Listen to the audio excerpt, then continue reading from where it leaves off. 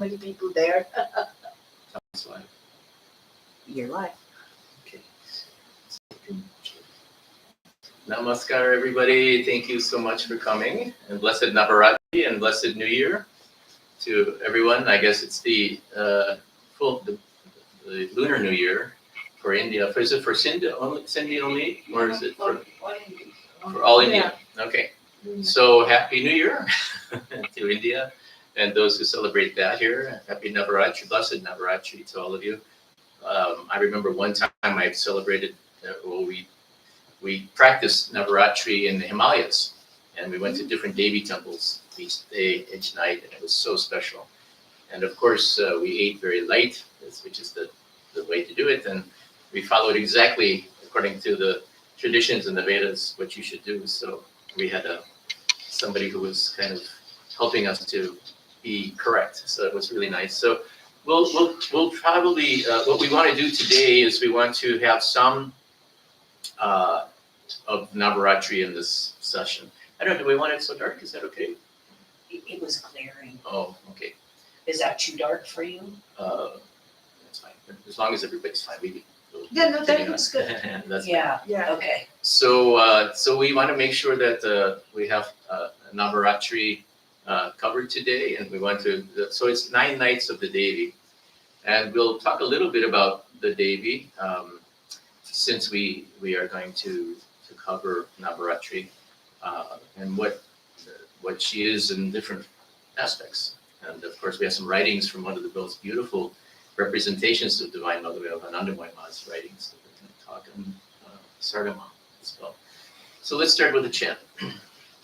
Om Sato Ma Satgamaya Tamaso Ma Jyotir Gamaya Vrityar Ma Amritam Gamaya Om Shanti Shanti Shanti. Om, lead us from the unreal to the real, lead us from darkness into light, lead us from death to mortality. Om, peace, peace, peace. So again, welcome everyone. Let us kind of dissect this whole idea of Devi, and before we go into 9 nights of the Devi, I guess we should talk about the Devi. You know, there's different traditions in India, but Shiva Shakti and the Brahman and its manifesting qualities, you know, the Sri Krishna used to kind of explain them separately and together. He said, so we'll kind of try to do this justice. But that consciousness that is not in vibration has no duality to it whatsoever. This is Shiva. This is that underlying Turiya consciousness. And so this is the true nature, as what Sri Ramakrishna and all the saints tell us, that is the ultimate reality. So not only is it just the ultimate reality of everything, it's our ultimate reality. It's in the macrocosm, is in the microcosm. So the fact that this is at the center of our being is quite interesting, shall we say. So this idea of awareness, consciousness, you know, it's described in different ways. Swami Sarvapriyanandaji, of course, does lots of teachings on this. Ramana Maharshi will have some teachings on his explanation and his bringing people to awareness of that. But it's not something numinous. It's not something unrealistic to us. It is our very essence. And at every moment, he said, we are that, and we are aware we are that. We just don't know that we are. There's not a moment you think you don't exist, is the way he put it. So we always are aware that we are aware, that we are conscious. Even in sleep, we kind of know how we slept or if we didn't sleep well. So we're always in that state of awareness. And to be in that pure state of awareness is what they call self-realization. So it's not something so numinous and so out of reality. But it is kind of hard to integrate. You know, it is something that it takes reflection, and it takes the steps that are outlined in Shravana, Manana, and Nidhyasana over and over and over again until all of a sudden these things become we become aware of them. So there's some stories I'll read that kind of help us to see that, which is going to be cool. But apart from that, so that underlying awareness, everything that comes out of that, every vibration, every form, every sound, every vibration, vibratory movement in that awareness, expression in that awareness is Shakti. It is the Ma. It is what Sri Krishna would call Kali Ma or Ma. And so this is a beautiful way of looking at it, but it also is kind of an interesting thing in that when Sri Ramana Maharshi explains this, it's very simple. He says that first point is the I thought. Before Om, he says, there is that first I thought, separate I from that full awareness. So this is the essence of all that is that first I thought. It's really kind of a really intriguing thing to contemplate, isn't it? Because he said, out of that, without that, all of the rest is not possible. So that I, Ankara, first I awareness, then there's Om, then there's all of the movement and all of the expression and all the myriad of evolution of vibration that has created everything that we can imagine, see, taste, touch, feel, hear, all the forms, all the thoughts, all the things that we are even able to imagine, even contemplate, is all that Om, all Ma. Everything is Ma. And, you know, for us in the body, we've become very attached and used to all of this stuff, right? We can't really even think about anything other than all of that, right? We're just so enamored with constant thoughts, constant forms, constant expression, constant feelings, constant vibration. It's a never ending. And so even just to have that not be a part of our awareness is very difficult. It's like an addiction, as they say. So how do we kind of go through that? So I thought I would read just a little bit, and then we'll chant to Ma for a little while to have some blessings to help. Because they say in order to get to the truth, you have to go through Ma. You have to go through her grace. And that's actually interesting. And we'll talk about what that actually really means. So one of the things I was going to mention too is that Kali is a beautiful, beautiful Murti because it kind of really shows you these conceptions in a visual form. And of course, in many parts of India, you know, in the villages and so on, there wasn't a lot of literacy, so there had to be visual representations of these divine truths.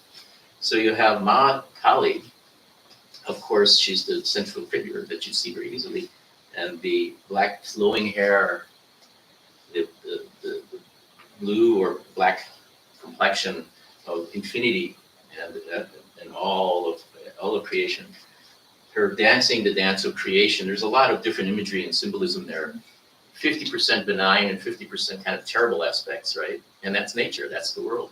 It's a combination of the light and dark. And there's a contrast always, and there can't be any creation without that contrast, without that dark as well as light. So she represents both, but she's also the loving mother to those of her devotees as well. There's so much symbolism there. I don't want to get into much detail, otherwise we'd be here all day. But there's some good books on it, written by some of the Swamis. But she's basically dancing the dance of creation over a prone Shiva. And again, Shiva's prone because he's not, this is representing the non-active, non-vibratory awareness consciousness that's underlying substratum of everything, of all of creation. And as soon as her foot touches her chest, his breast, Shiva draws into Shiva. And so that's what Sri Krishna said. It's the cycle of creations. There's an expelling of creation and vibratory creation, and then it's withdrawing. It comes into, and there's these cycles of creation. We talked about it last week a little bit. So this idea of Shiva and Shakti is really kind of a beautiful way of looking at the world around you. Because at first, you know, the world can become maddening. It can become very, very exhausting because it's a constant cycle of good and bad, constant cycle of gaining and losing, constant cycle of desire and fear and all of these things. And when you're new and young, you know, it's no problem. But as you get older, it gets a little tiring to continue this cycle of constant. So being able to have that release and going into that awareness consciousness can be a very, very amazing, blissful feeling. That's why I titled the talk Awareness and Bliss, and how those are tied together. Because you know, this idea of the awareness consciousness can be very unreal. It can be very numinous. It can be very unrelatable, right? But when you realize that it's also the essence of that deep bliss and peace, that everything we all crave, it becomes a little more exciting and a little more alive. Then it becomes something that is more intriguing to us. So I thought I'd tie these together a little bit in some of the teachings of the great ones, so that we could kind of try to see how that works. And it might help us to release some of these attachments, to go into that peaceful, blissful state of awareness and understand what it means, and feel that you can trust it more, feel that you want it more.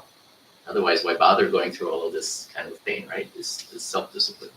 So this is from Anandamaya Ma, and I just think it's so sweet.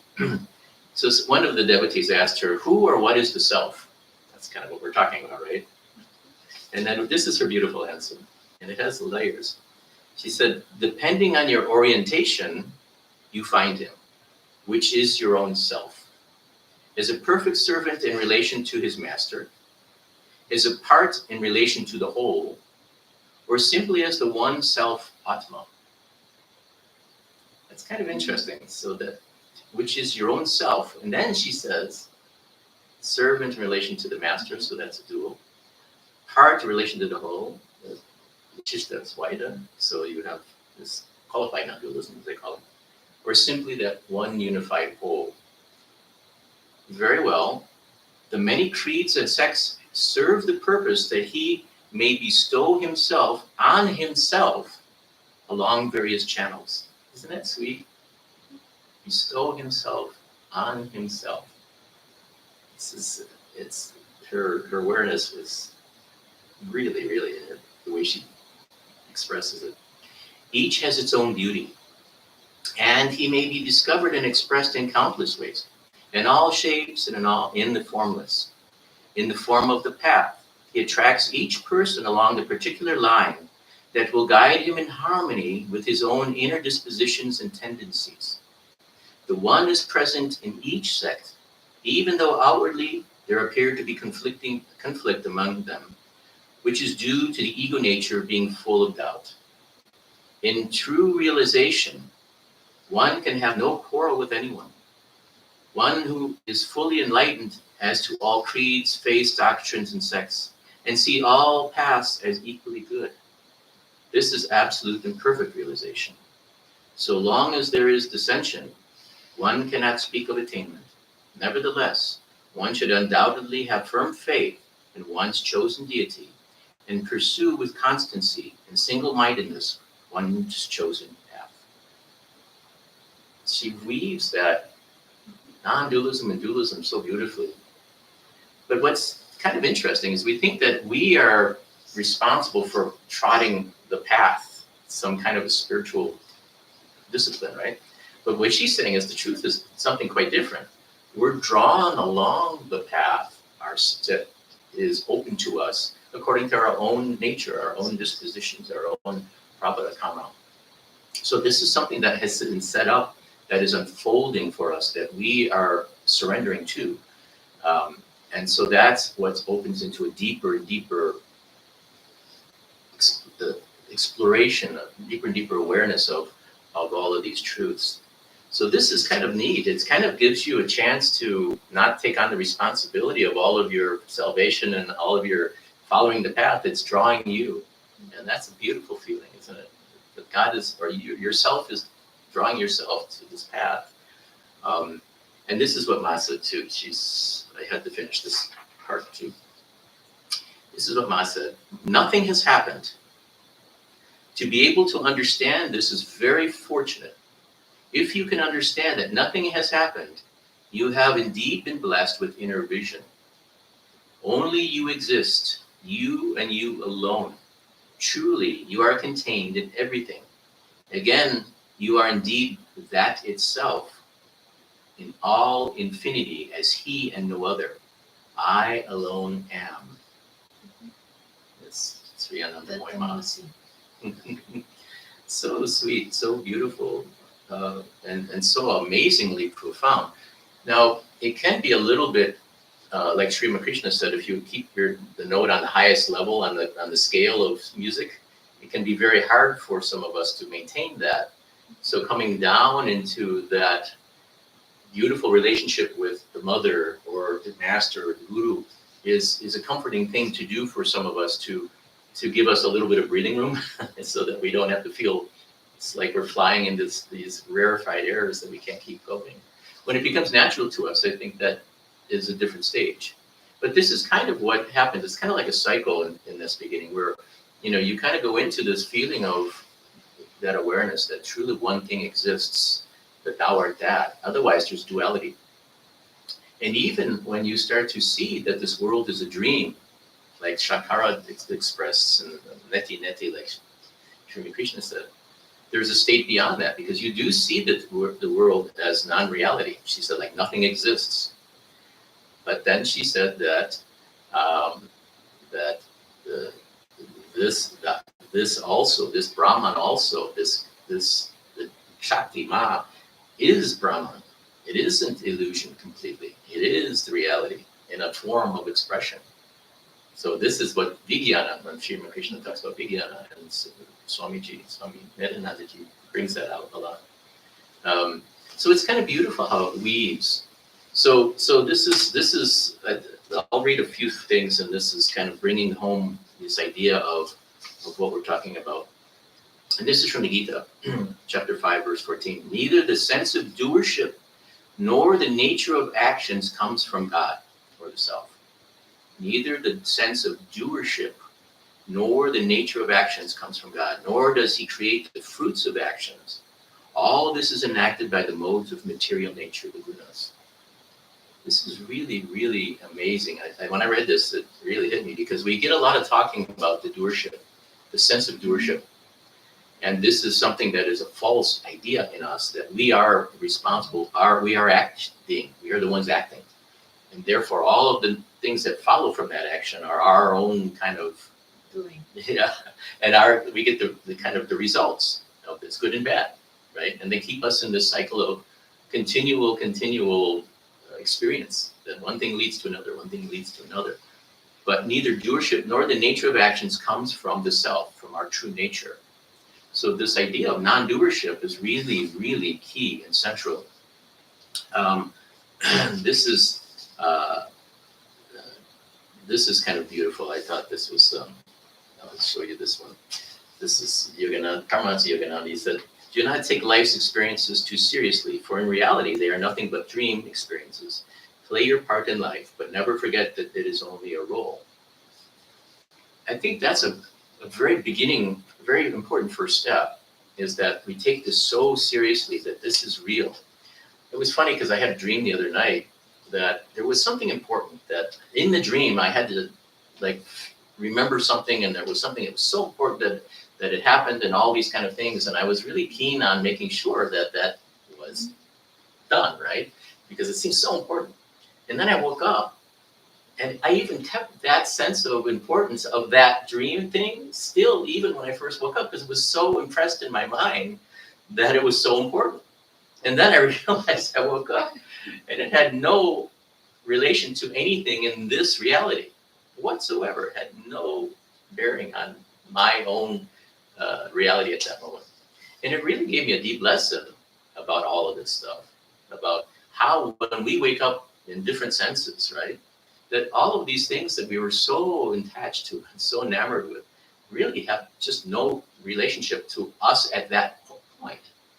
And that's a beautiful thing to really think about, because it gives us the ability to be non-attached in a real sense and still enjoy doing the things. Like I was in the dream, I was making sure I did all that stuff, right? I was being very conscientious and doing all that, taking care of, like if you're taking care of a loved one or something like that, you can be very conscientious in the dream, but realizing that it really will have no long lasting effect on or any bearing on you and other natures. I think this is really, I just thought that was really, really sweet. Let's see now, I was one to, this is a, a story of Chadwick, who was a disciple of Ramana Maharshi. And he was an English officer, military officer, who retired and lived in the ashram the rest of his life, pretty much. And he was with Ramana personally a long time. And so he said, this is what he said to Bhagavan, and this is the experience he had. Kind of talks about how he first became aware of more or less reality. So he said, Bhagavan, this is my plight, and they call Ramana Maharshi Bhagavan. I am neither here nor there, and this causes me much sorrow, which means that he was, living in the ashram for many years at that point, or more than a year. And he had left the world, but still not necessarily. So he was neither here nor there. Bhagavan looked at me compassionately and said, Chadwick, who says all this? Immediately, there was a current like shock in my body, and I literally ran to my room, shut the doors, and went into a neutral state. I was not bothered whether I was spiritually maturing or whether I would be able to stay in the world, because he felt like he wasn't progressing at all in his realization, even though he spent all this time with Bhagavan. It was a neutral state of silence. A few days passed like that, wherein I was neither happy nor worried. The only luxury that Chadwick allowed himself was taking his bath in a bathtub, which he had in the veranda of his cottage. One day, shortly after the above incident, something happened unexpectedly. As Chadwick told me later, I was taking my bath, and very honestly, Ganesh, that was the fellow's name, I was not in a spiritual state or in a prayerful mood, and it suddenly dawned on me. I am. He experienced it, not just his words. He was so ecstatic that he did not even dry himself. He just wrapped a towel around his waist and ran to the old hall, where a few days back he had run away from Bhagavan. Fortunately, this time too, Bhagavan was alone. In this spiritual ecstasy of experiencing the I am, there was no Chadwick, just the I am. He asked Bhagavan, Bhagavan, is this that? Chadwick recounted. Bhagavan gave me the most glorious smile and then confirmed, yes, Chadwick, that is that. I then asked him, Bhagavan, is it so simple? Bhagavan replied, yes, it is that simple. Since then, I've never had any doubt. I thought that was a really sweet kind of a story that, hey, Will, how are you? Welcome, come on in. I thought that was a very sweet story to kind of give people an idea. Welcome. Hello. Nice to see Hello, you. everyone. This is Will, everyone, and the world, and the Video Land audience, the YouTube group. So this is something that I thought is really, really beautiful. Again, for some reason I get these on my phone, and sometimes I get different. I get all Swamiji, or I get all Thakur, or I get all Ma, but I get this is what was coming up, and I thought it was kind of poignant for what we were talking about. So this Vishwatha Swami he was born from 1904 to 79. A distant relative of Sri Ramana, was brought up by the Maharshi's mother. He fully surrendered himself to Sri Ramana in 1923, and until 1950 spent most of his time with Maharshi. He was a scholar of Tamil and Sanskrit, and this is his story. In my first darshan of Bhagavan at the Skandashrama, this is on Arunachal mountain, the very first sight of him thrilled me. Something very subtle, seemingly with its center in that body, shone forth without limitation, engulfing everything else. I felt swallowed by it. I stayed for a week with Bhagavan in that atmosphere of utter purity and serenity. I saw in Bhagavan something quite arresting, which clearly distinguished him from all others I had seen. He seemed to live apart from the physical frame, quite detached from it. His look and smile spoke a remarkable spiritual charm. When he spoke, the words seemed to come out of an abyss. One could see immaculate purity and non-attachment in him and in his movements. I sensed something very lofty and sacred about him. In his vicinity, mind's distractions were overpowered by an austere and potent calmness. In his presence, the unique bliss of peace was directly experienced. This I would call Ramana Lahiri, the blissful atmosphere of Ramana. In this ecstasy of grace, one loses one's sense of separate individuality, and there remains something grand and all-pervasive, all-devouring. There's many stories of devotees with Sri Ramakrishna, Ramana, Mother, where they'll be talking to a form and conversing and having this kind of experience, and all of a sudden they're overpowered, and that form seems to dissolve and go into the formless state of that being.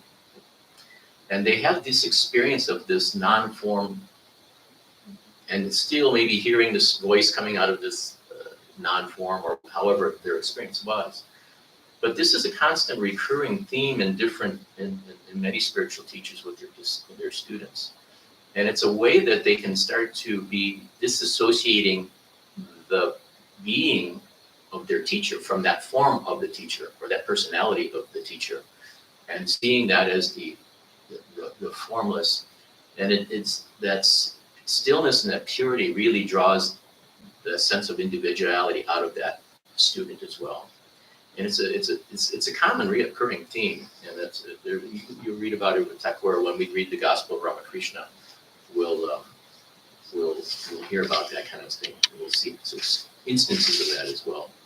So why don't we do this? Why don't we chant to Ma, since we always need her help to be able to go further. There's in the book, those little books there, you can do a chant called Jai Ma Durga. Thank you so much. You got it. So Jai Shri Durga, and we just ripped this off from Krishna Das.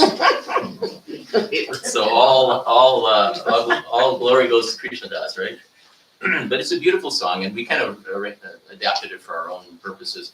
So since this is a Navaratri, we can chant the different names of the Devi, knowing that it is one Devi with all these different personalities, all these different aspects. So it's Om Aim Jai Ma. We'll start with Ma Kali. Then we'll go to Ma Durga, Ma Lakshmi, Ma Saraswati, and Ma Sarda. And we'll go through all of those, knowing that they're one Ma, and we can chant the names of Ma and enjoy this.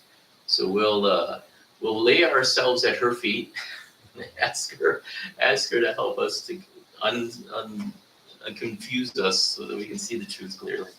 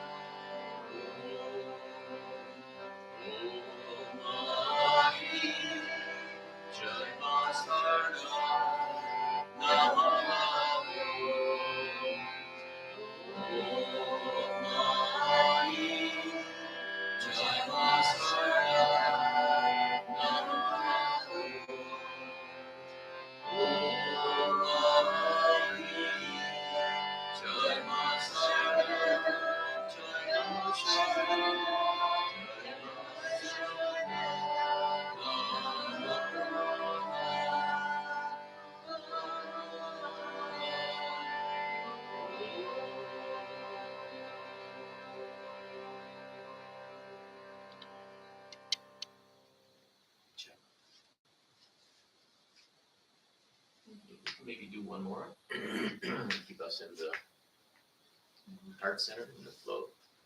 There's a song in there called Will That Day Come to Me? Ma?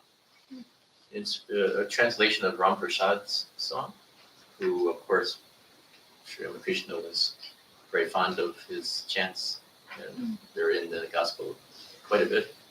I don't think this one is, but this is one for sure. That so will that day come to me, Ma? And we can kind of ask her.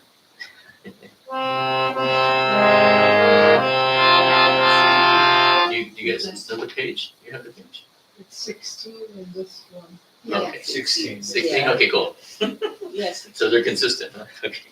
Thanks, you, Vincent, if you're watching. You made those. Will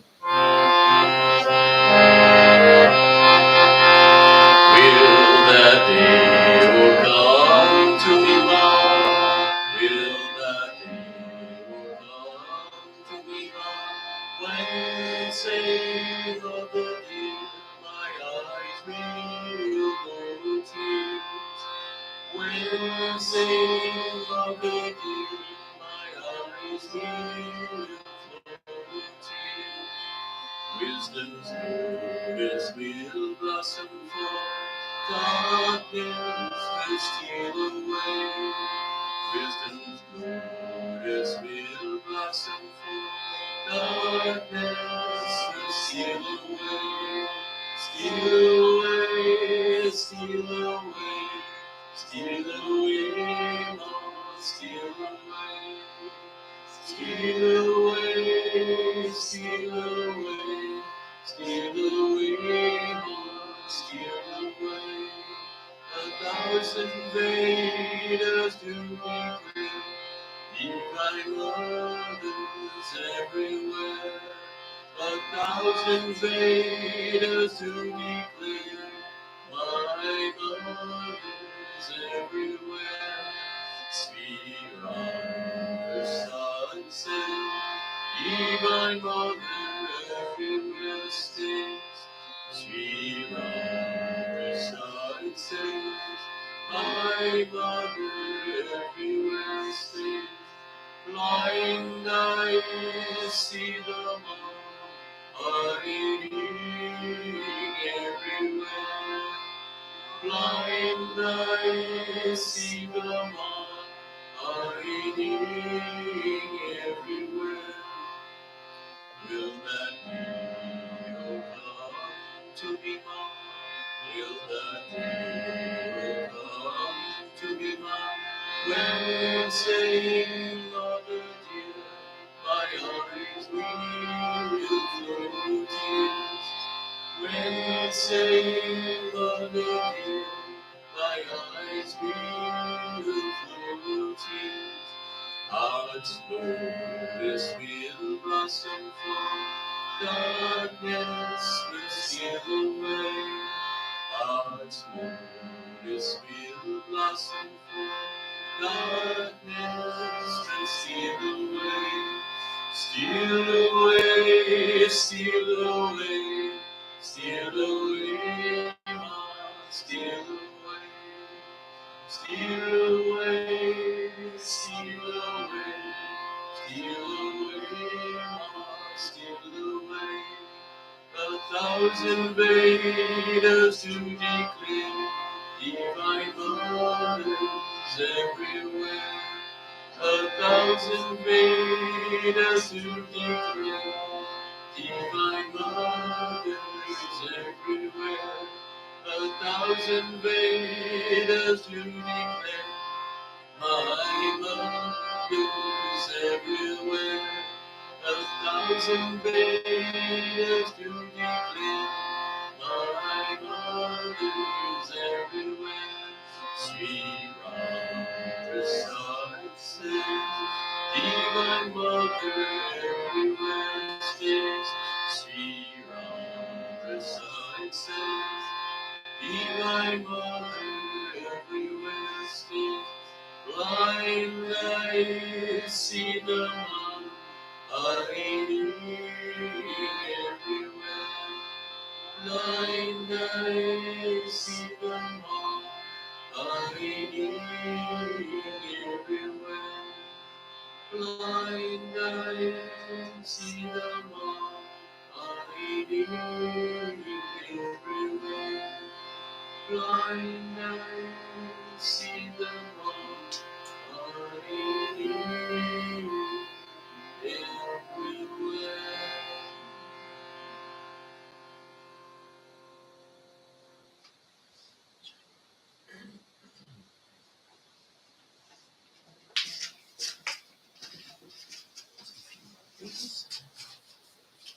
Do some meditation. This is Sri Ramana. The self is not depressed. It is not imperfect. It is ever happy. The contrary feeling is a mere thought, which has actually no stamina to it. Be rid of thoughts. Why should one attempt meditation? Being the self, one remains always realized. Only be free from thoughts. Of course, that's easier said than done. But the meditation that we'll do again might help in that respect a little bit.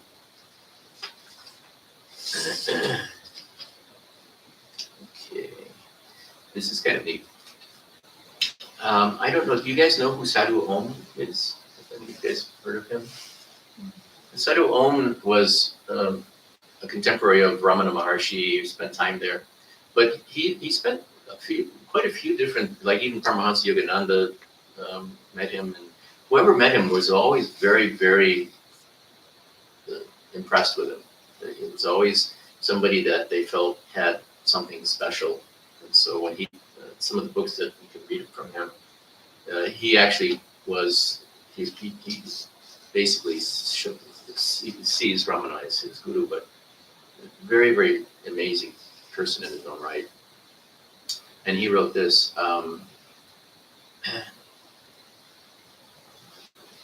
to make oneself an object known, to make oneself an object known, are there two selves? So think about that, make oneself an object known. Remember we were talking about that first I thought, that primal I thought, Ankara. Because being one is the truth of everyone's experience. When within my mind I investigated who the seer is, and when the seer thereby became non-existent, I saw that which remained, namely beginningless, endless, and unbroken being, consciousness and bliss.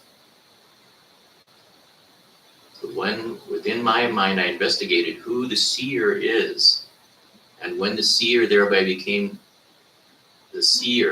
non-existent, I saw that which remained, namely the beginningless, endless, unbroken being, existence, consciousness, bliss. The mind does not now rise to say, I saw. So in what way can the mind rise to say, I did not see? Who has the power to elucidate this by speaking? When in ancient times, even you as Dakshinamurti elucidated it without speaking. Only to elucidate your state without speaking, you stood shining from sky to earth, motionless, or as a hill, Arunachala. To say, I know myself is as absurd as saying, I do not know myself. Verse 12 in the Purva Bhagavan says, That which is completely devoid of knowledge and ignorance is true knowledge. That which knows anything other than itself is not true knowledge, since it shines without anything that is other than itself. To know or to make known, true is self is true knowledge. No, it is not a void. So this is again Bhagavan's. Sometimes I think we, when we start to go into this idea of self reflection and trying to find the inner, and of course this isn't for everyone. This is kind of an internal path. Eventually, they say we get to this point where we stop looking externally in some meditative fashion, but all of a sudden we have to turn within to find out what is truly there. But sometimes we feel like it's a void, like this, because all of the things we're used to and familiar with are basically irrelevant to it. It's just those are appendages, things that were projections.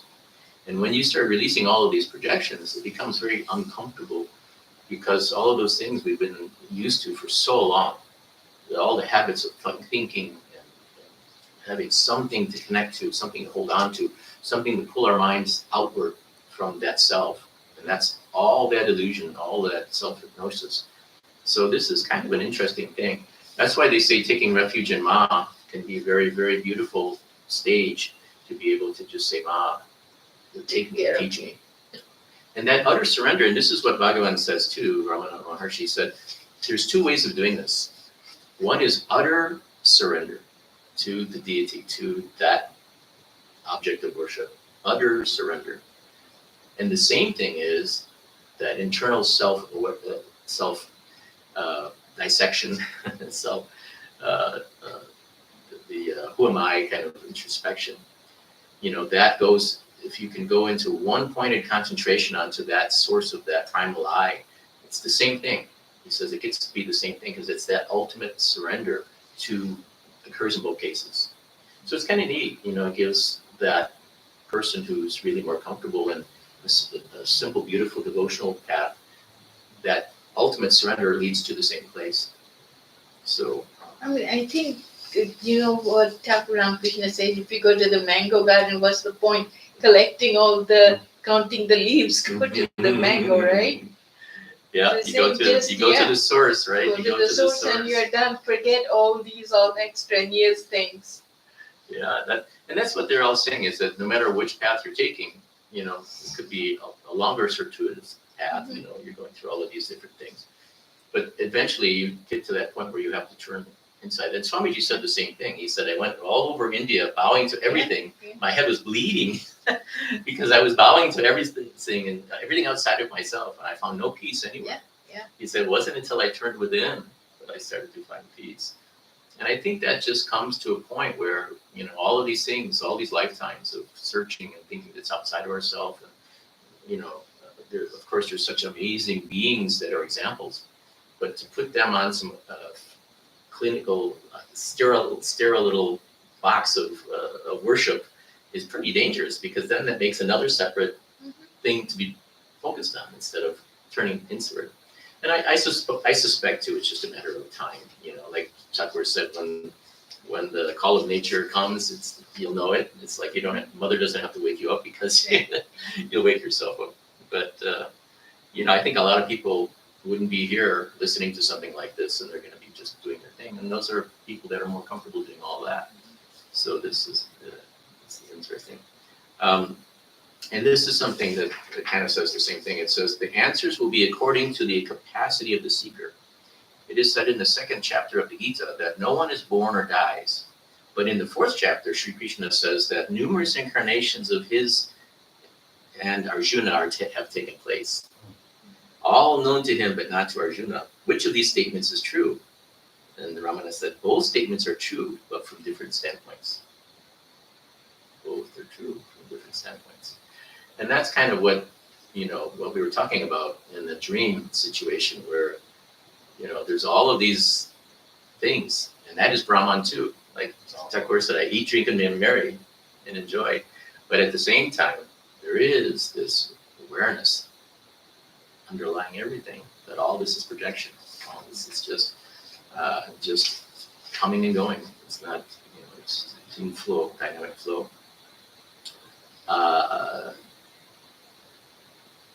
Okay, and this we'll finish with this one, and then this is this might be helpful. So Jeff, maybe one of the classes you can read, Swamiji had written a poem, Over the Hills and Dale. I don't know if you have that one. Surely, yeah, we will do It's a class so on Swamiji's Yeah, teachings of these things. Well, we thought this one was more of a general kind of getting people, into this, depending on their backgrounds. But then we definitely do want to kind of pull out some of Swamiji's and Thakur's teachings in relations to some of these things.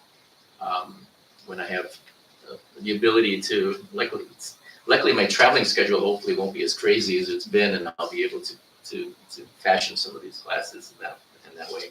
The other thing I do want to do is continue doing maybe a separate day of reading the gospel together, which would be really nice because there's so much there. And with the study guide that we have, and we can bring in, some background on culture, of history of what's going on, it makes a lot more sense to people if they don't know the background of what was going on and why that was said, so that we can figure out what's a good day for everybody for that. We want to continue. So this we'll just do this, and then we'll do some meditation, and then chant Namah Krishna Sharanam. And then if you want to sing a song, you can. maybe next time. Okay. So, well, Wednesday, Swamiji's here, so. Okay. I don't know if I'll be here, but next time. Okay. Because I know you like to sing, and she's the wonderful singer. I love to sing. So, God alone is truth, happiness, and bliss. Do not set your hopes on anything except supreme beatitude, bliss of the self. Nothing else exists. What seems to exist outside is merely illusion. Try to find yourself. All this clamoring is but natural to man. He cries out again in his endeavor to get rid of his sense of emptiness. The true aim of man's life is realization, to realize God. The question of renunciation arises obviously only in regard to that which has to fall away in any case. That which is eternal, that which is truth, has to be embraced. He who is himself bound will ever be attracted to the bound. This is the very nature of the individual. With the help of the Guru, one comes to realize the impermanence of things. Everything is possible through the power of the Guru. Even when you feel you have lost patience, do not relax your efforts, but try again and again to your last breath to never leave off striving. Pray to him that you may continue to remain at his feet all the 24 hours. He who has been initiated by a Guru must, under his direction, try to keep his mind every minute of his life engaged in spiritual pursuits, such as worship, japa, meditation, and the perusal of sacred texts, kirtan, satsanga, and the like. Where's his mom? So that's beautiful, beautiful, beautiful ideals. So, and of course, all of you guys have a guru, and you've been initiated. And so, having said that too, when we're going to do a meditation that we do here, and this is new for you, but you guys have experienced this before, maybe a little bit. So we use a meditation because what I've found in my own experiences is that focusing the mind is absolutely everything. When the mind is scattered and it's going all over, there's nothing you can do, even reading a holy book or your mantra or anything else, that really can absorb you, because we're not going anywhere but the surface. So Swami Sarvapriyanandaji did a class on Kashmiri Shaivism, and in that he hinted at this technique of meditation. It's a little bit of a pranayama to prepare yourself in your mind for that one-pointedness. And that one-pointedness is really, really, really the essence of everything. Then once that one-pointedness is achieved, then you can absolutely dive into the mantra or any other techniques that you have, or certain things. But even beyond all of that, there still has to be a point in meditation where everything is just stillness. Everything is at one point, and you're aware of that which is. Okay, whatever that is, whether it's Ma or however you relate to it, if it's just that essence. But that point of of stillness, which is what they were talking about. The real teaching is in silence, utter silence. That's becoming face to face with that reality that we were talking about. And so whatever point you get to bring you to that point is important. That's why we were talking about the Patanjali's Yoga Sutras, where we followed those steps, because it's really helpful. So yama niyama, you have to get your moral compass set. Otherwise, your mind is thinking about all these things that you shouldn't have done, or that, oh gosh, So it's you're shot from the beginning. So yama niyama, do the things you should do and don't do the things you shouldn't do.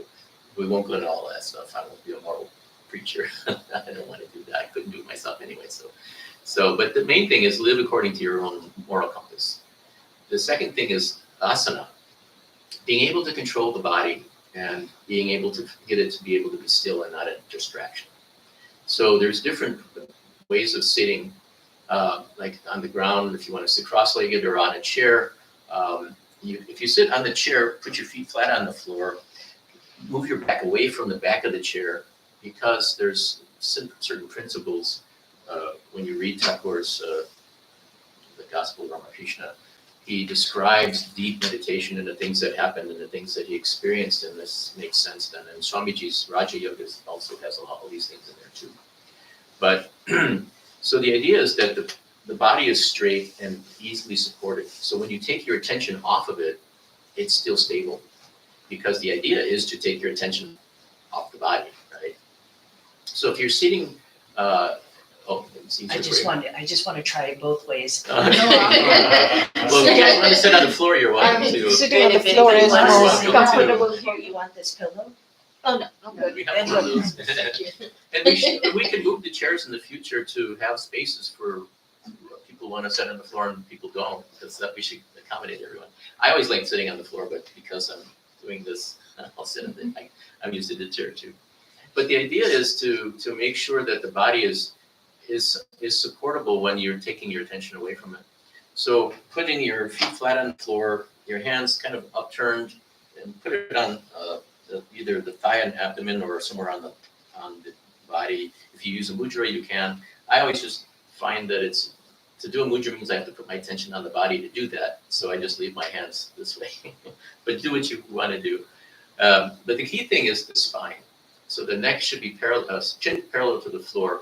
The spine should be straight and away from the back of the chair, because there are subtle currents that go up and down the spine.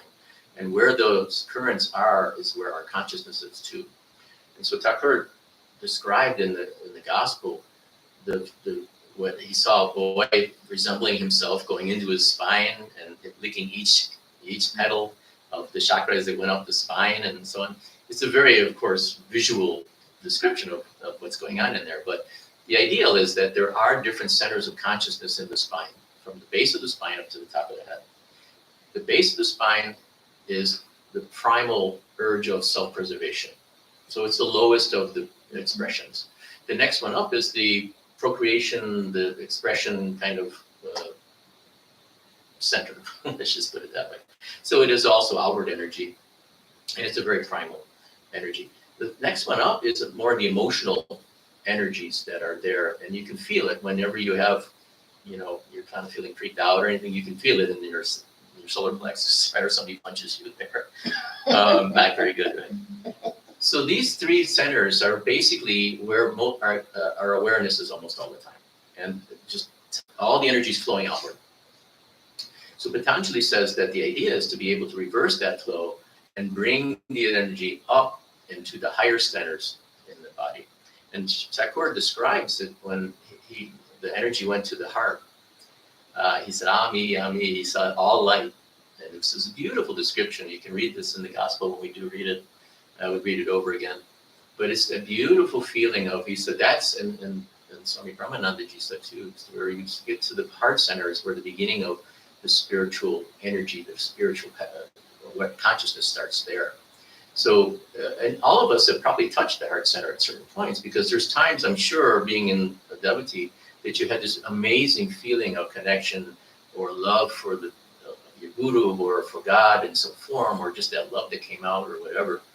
But when that heart center is all the energy is focused on there, and they say the great yogis their energy, either that's the lowest center that it revolves into. So they go from the heart center to the higher center. So the heart center is really important. That's why bringing, chanting or seeing the Ishta or seeing the Devi or your guru and having that love and that devotion there's nothing that can take that place. So getting to the point of the heart is so very important. And then from there on up, you've got the throat chakra, which is the expression of divinity. You start to see, that's why Tucker said at this point, you talk about nothing of God, you think of nothing but God. And then at the point between the eyebrows, which is connected to the medulla, there you see the truth from a distance. You see God face to face, as Tucker said, but there's a slight pane of glass separating you from this amazing awareness. So that is he said it's like a thief seeing $1 million in the room next door and knowing that he's right there. You feel kind of crazy. So this is where you first see God. And then, of course, at the top of the chakra, you go into this absorption where there's only one, where that is where you and it are no longer defined as two separate things. So the absorption. So when Patanjali talks about yama, niyama, asana, then there's pranayama, which is a really helpful thing to do. Now, simply is maybe better, but pranayama is basically helping you to control the energy of the body. If you think about what causes us not to be able to meditate, think about it. It's our senses, the feeling in the body, and thoughts and emotions, right? All those things pull us out of the ability to go deep into meditation. So those are the counterbalances. Those are the energies that are going out. Why? What causes those things? Prana, the energy that enlivens the senses, the energy that enlivens the emotions, that enlivens the thoughts. So being able to turn that prana energy inward is the way that you can turn off all those things in a scientific way, not fighting them, trying to fight all of the thoughts and all the emotions and all that. So this pranayama is really, really kind of important. And it can be very simple, but it can be, and the breath and the prana are tied together. So some people think that when you're doing pranayama, you're doing breathing exercises. And that's true, but it's not the full truth. The idea is through that prana, through that breath control, you can actually control the prana and channelize it and turn that energy going up the spine, like Swamiji describes, instead of all going out into the senses. So this is pranayama, and we'll do something very simple. And Swami Sarvapriyanandaji gave this without really giving the details. But I told you guys, I practiced something like that for many, many years. And so when I heard him talk about it, I knew. And I discussed this with him afterwards. And I said, is this what you mean? He goes, yeah. And I said, I'm going to do this. Is this okay? And he said, yeah. So it was fine. But pranayama is just being able to take that energy and turn it inward. Now, what will happen is the next step is pratyahara. Pratyahara is internalization. That's when the energy is actually going inward, and now you feel the senses turning off. Now you feel that those emotions being calm or going beyond. You're not even aware of these rattling emotions. Now these thoughts start to still, just like a complete lake that is completely placid. So all of these things are a result of pranayama that's called pratyahara. And the body can then numb out. You don't even necessarily feel it. It's like you're wearing kind of an overcoat in deep, deep meditation. So you don't have to fight this stuff. Otherwise, it's almost impossible to go deep. So pratyahara, then it's dhyana. That's one-pointedness. This is what we were talking about. To get to dhyana is that's where the mind is completely on one point. Dhyana is taking that one-pointed mind and putting it on that essence, that divinity. That's true meditation. Dhyana, dhyana. So dhyana is here, seeing that truth from a distance. And samadhi, of course, is the top energy, where that's absorption into that energy. So this is the Patanjali's kind of Yoga Sutras. And that's why this kind of helps, because it's scientific. And so fighting it without it is kind of rough and frustrating. So I'll describe the pranayama to you guys, and then we can practice it together. And we'll just sit in this pranayama for a little while. And then afterwards, remember, taking that one pointedness, then if you want to do your mantra, you can. If you want to just sit in that stillness, you can. And you can use this anytime you want to. Once you get proficient at this technique, you can do it on a plane, you can do it, of course you don't want to do it necessarily driving a car because you might pay more attention. But you can do this without really causing kind of a commotion and drawing attention to yourself. So it's a very, very useful technique. So we're going to be able to, first we're going to do some deep breathing. This is going to, first of all, oxygenate the body and the blood. So you're bringing more oxygen into the system. Second thing is it's going to be able to take all the energy that's in the different parts of the body that's very restless. It's, all the stuff that you've been tensed about, all these frustrations, all these things that you had to do and time schedules and all that. And we're going to just release all that energy that we kind of hold on to and block ourselves. So we're going to do deep breathing through the the mouth.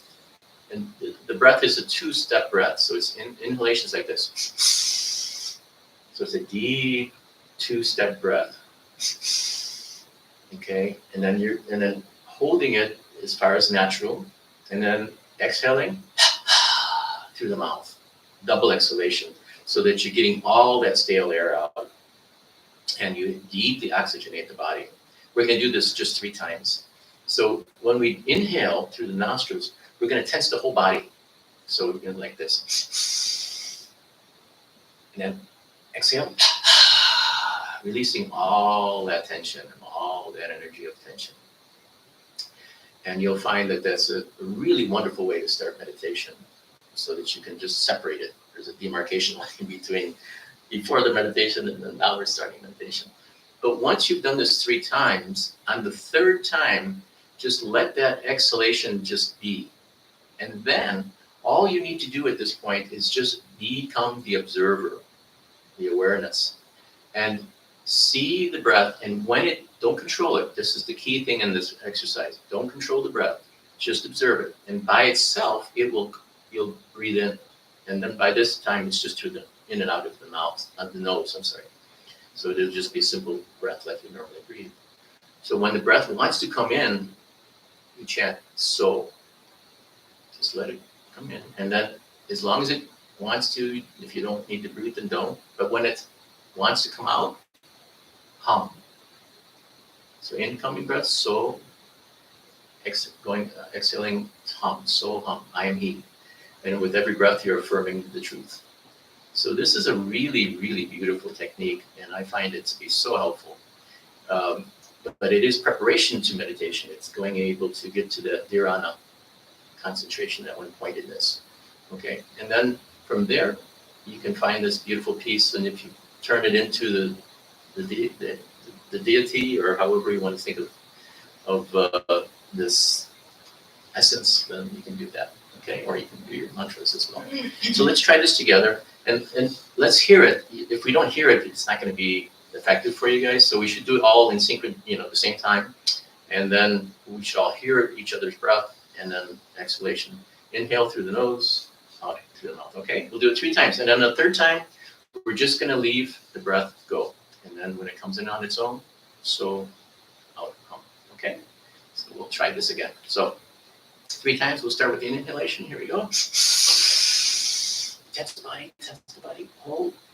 Exhale through the mouth. Inhale again. Tense. Hold. Exhale. One more time. Inhale. Tensing. Hold. Exhale. Release. Now just watch the breath. Become the observer. And when it comes in of its own through the nose, so chant so mentally. When it goes out, so, so.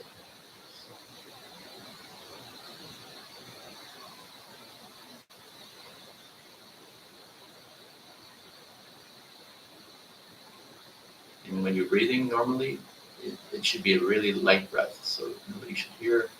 It's just a simple, your natural breath. When it comes in naturally through the nose, it's just so.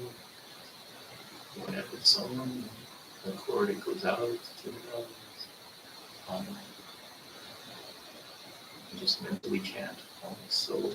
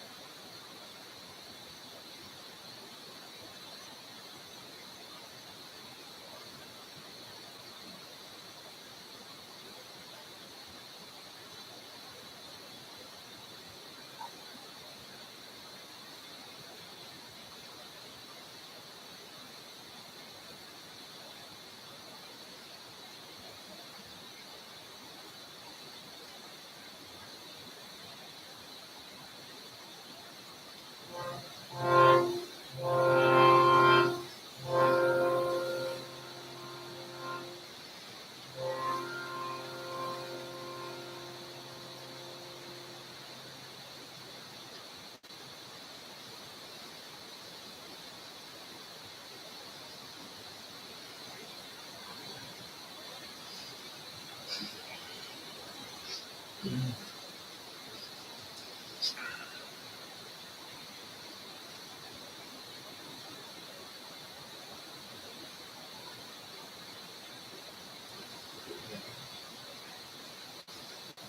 have any questions or comments on meditation?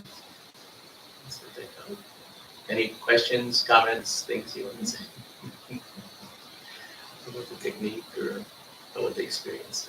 It definitely works. I like it. Your technique, that's important. Not bad. Thank you for sharing. Yeah. Your mind sometimes wanders away, and then you kind of have to bring it back. It's always true. Yeah. That's what I love about this Soham. It's Mhm. because actually I was able to stay with that the whole time. I only caught myself once. And it's like anything else. It's training your mind. One of the things that I find helps a lot is getting to a point of non-attachment. It's those attachments that connect you and pull you out. Then flashes of a thought and then a secondary thought. They say you're not responsible for the first thought. It's the secondary and third thought that gets you, because sometimes things come up. When you truly are just so in that state, there's things, it's just nothing's important, and then it doesn't arise.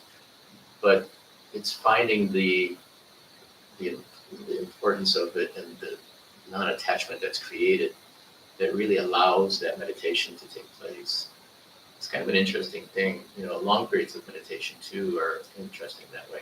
But it is a training of the mind, because you're trained to do, especially nowadays with these phones, you're trained to divide your attention so much. It's just so many things at once. So it's really retraining your mind. And this is a really simple way to do it, And then from there, like I said, you get the dharana, you get that one-pointedness, and now what you do with it is up to you, where you put that, and bringing it into that space of wherever you want to put that mind. If it's to the point of your primal I, what is that I? What's that first point of my I, the individuality? That's kind of one way to do it. Or your ishta, your point between the eyebrows. There's different ways of doing it, but then it's up to you. So it's great. So why don't we do Ramakrishna Shada now, and then we can be finished and do some prasad and getting prepared for Swamiji when you.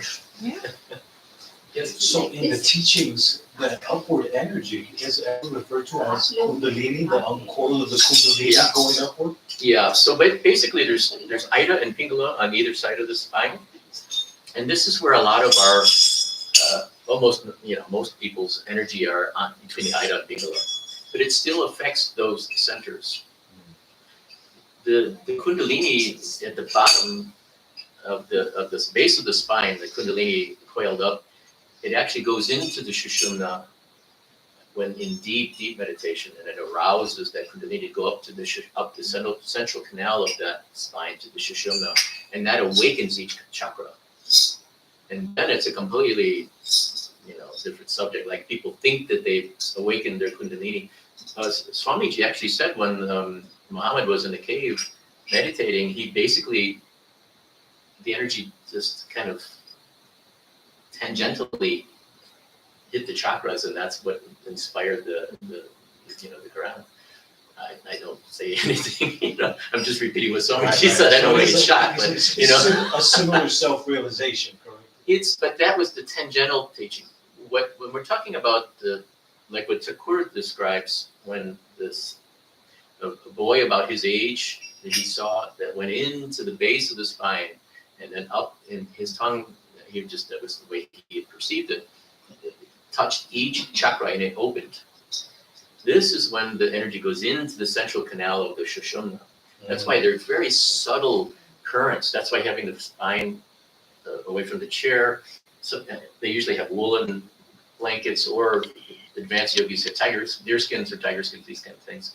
These are for advanced yogis who have, they're cutting those differences. For us, I think The ideal is to be able to make sure that the energy can move up and down the spine simply. One of the other things that I should have mentioned too, and I usually do, is that if you can raise the gaze to the point between the eyebrows and focus it here during meditation, it naturally lifts that energy up the spine. Paramahansa Yoganandaji talks about there's 3 positions of the eyes. If the eyes go downward in your meditation, you're going to go into sleep. You're going to go into subconscious. Wow. But if your eyes are forward, that's the waking mind, and the mind will be more active. You'll be thinking more. But if you have the ability to really rivet the attention at the point between the eyebrows, that raises the energy up to that Ajna chakra, to the point between the eyebrows. So this helps to channelize that energy. Otherwise, what you're doing is you're basically you're finding that the Ida and Pingala, the energy is on either side, and the incoming and exhaling breath, they go up and down through that channel that's not in the central of the spine. But it does affect the chakras. That's why for us, we might touch the heart center and feel that beautiful feelings that we've had. I'm sure all of us have had that. That's just sometimes touching it. I think when the energy is channelized, it's overpowering, and it's just, So I think but it's beautiful in any case. But the more one-pointed you have, the deeper your experiences are. The deeper. And, it's wonderful because we all experience it in our own way. And when we have our own conditioning, we have our own. That's why whatever we experience is from our own mind's creation. All of it. Even the spiritual experiences we have. The visions we have, the beings we see. All there is Brahma, Mm-hmm. right? But you mentioned the energy meridians, right? The chakras, if you will. In the Mahasarada, there's much mentioning that this is where Shiva dwells. Mm-hmm. This goes hand in hand with the nothingness, right? Achieving that which is not, Right. the Shiva, right? So that's where that opened up that you had mentioned. Shiva. That's why they call Arunachala Shiva. And Right, this is yeah. the living Shiva. So the idea is Is that this a is lingam? non-dual. Yeah. No, yeah, there's a lingam inside. Yes. And this is made out of Arunachala mountain, by the Wow. way. So Beautiful. Shiva basically is that absorption awareness. So yeah, exactly. You're exactly right. So at the point at the top of the head, of course, you go into deep samadhi, and there's descriptions of what samadhi is. And Swamiji has a beautiful poem called Samadhi, which we can read. It's a beautiful description of his, experience in samadhi. But it's basically going beyond all. They say the final block to true samadhi absorption is this amazing bliss consciousness that's you kind of experience. It's an torrential amount of bliss, but there's still, it's here. It's that fine screen, as Thakur said, that separates you. There's still you experiencing that torrential bliss. That's what holds you back, because it's so amazing. Who wants to give that up, right? To go beyond that, Right. to go beyond that, and Thakur talks about it, Swamiji does too, and Ramana too. To go beyond that is when you become, and there's actually a description of Swami, I'll read it next time, where he describes that happening to him, where he had that state where he went to this torrential bliss, and then he went beyond it and became that whole thing. So it's kind of neat. So transcending Maya was just so key, correct? It's just Yeah, but Maya is very subtle, right? I mean, Right. Maya is anything that it projects you outward from Mm. the self. Anything, even Right. bliss, even Ananda, wow, yeah. which is kind of maybe beyond our pay grade, right? I'm sure we'd all be happy to be stuck in Ananda, right? For eons. We're working on it, And Jeff. that's where he talks Yeah, about having the throne of the pawn, and that you got to throw away the pawn as well. Yeah. You that's know, good. that's when you get liberation. That's why, being attached to the mantra or anything like that, it's not the goal. There are steps to the goal. And Yogananda talks about it in his autobiography. One of the saints he met in Himalaya said, I see you meditate a lot and you're very proficient, but have you found the object of meditation? Mm. And that was beautiful. I mean, it's neat that he was kind of open on autobiography of just, sharing that. So even though he was an amazing being himself. So let's do Ramakrishna Sharanam, and then we can get ready to have some prashad. Because there's amazing cooks here. So if you want to pass out some of the note, did you get something to play, Will? Oh, yeah, we're all. You're armed and ready. You're armed and ready, are you? We are ready. We're ready to rumble.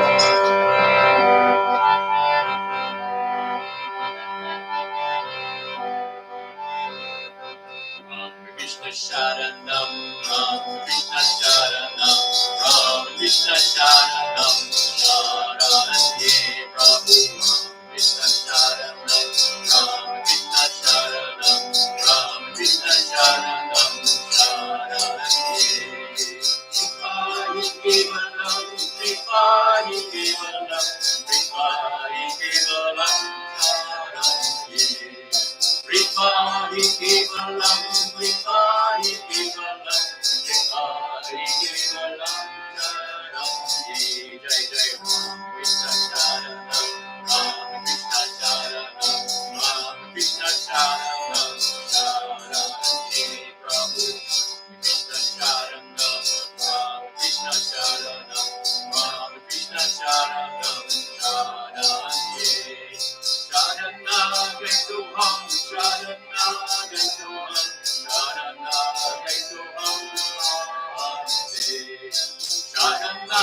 Sharanagatuham, Sharanagatuham, Sharanagatuham,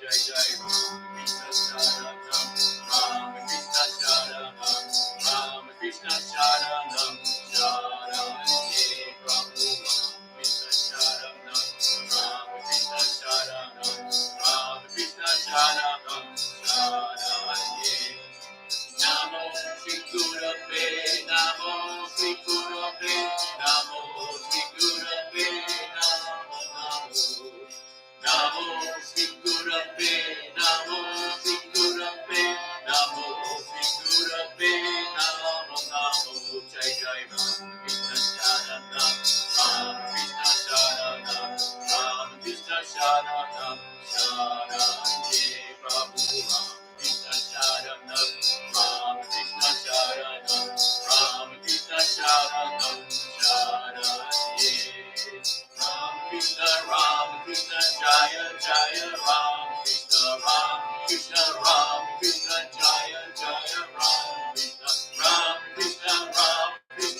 Jaya Jaya Ram Krishna Jaya Jaya Ram Krishna Jaya Jaya Ram Krishna Jaya Jaya Ram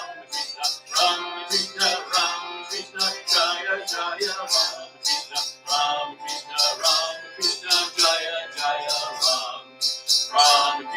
Ram Krishna Jaya Jaya Ram Krishna Sharanam, Ram Krishna Sharanam, Ram Krishna Sharanam, Sharanye Prabhu, Ram Krishna Sharanam, Ram Krishna Sharanam, Ram Krishna Sharanam, Sharanye Kevalam, Kripani Kevalam, Kripani Kevalam, Sharanye Kripani Kevalam, Kripani Kevalam, Kripani Kevalam, Sharanam Jai Jai Ram Krishna Sharanam, Ram Krishna Sharanam, Ram Krishna Sharanam, Sharanye Prabhu Ram Krishna Sharanam, Ram Krishna Sharanam, Ram Krishna Sharanam, Sharanye Sharanagaituham, Sharanagaituham, Sharanagaituham, Ande Sharanagaituham, Sharanagaituham, Sharanagaituham, Ande Jai Jai Ram Krishna Sharanam, Ram Krishna Sharanam, Ram Krishna Sharanam, Sharanye Prabhu Ram Krishna Sharanam, Ram Krishna Sharanam, Ram Krishna Sharanam, Sharanye Shri Gurave, Namo Shri Gurave, Namo Shri Gurave, Namo Namo Namo Shri Gurave, Namo Shri Gurave, Namo Shri Gurave, Namo Namo Jai Jai Ram Krishna Sharanam, Ramakrishna Sharanam, Ramakrishna Sharanam, Sharanye, Prabhu Ramakrishna Sharanam, Ramakrishna Sharanam, Ramakrishna Sharanam, Sharanye. Ramakrishna, Ramakrishna, Jaya Jaya, Ramakrishna, Ramakrishna, Ramakrishna, Jaya Jaya, Ramakrishna, Ramakrishna, Ramakrishna, Jaya Jaya, Ramakrishna, Ramakrishna, Ramakrishna, Jaya Jaya, Ramakrishna, Ramakrishna, Ramakrishna, Jaya Jaya, Ramakrishna, Ramakrishna, Ramakrishna, Jaya Jaya, Ramakrishna, Ramakrishna, Ramakrishna, Jaya Jaya, Ram. Ramakrishna, Ramakrishna, Jaya Jaya, Ramakrishna, Ramakrishna, Sharanam, Ramakrishna, Sharanam, Ramakrishna, Sharanam,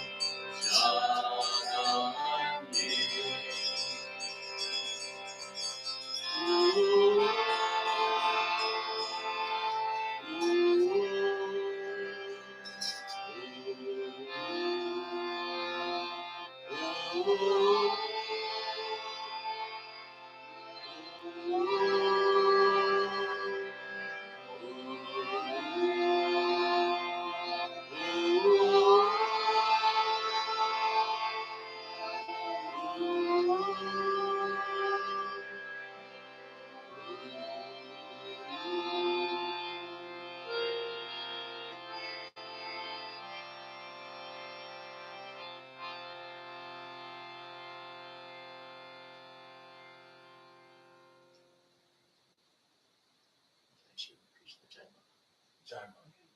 Thank you all for coming. And thank you for being online and YouTube. Remember, Swami Abhavidanandaji is coming Wednesday. So you're all welcome. And it's his birthday. So let us try to really celebrate his birthday. That'll start at 5 p.m. on Wednesday, the 2nd.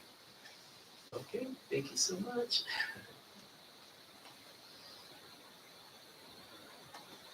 What's that?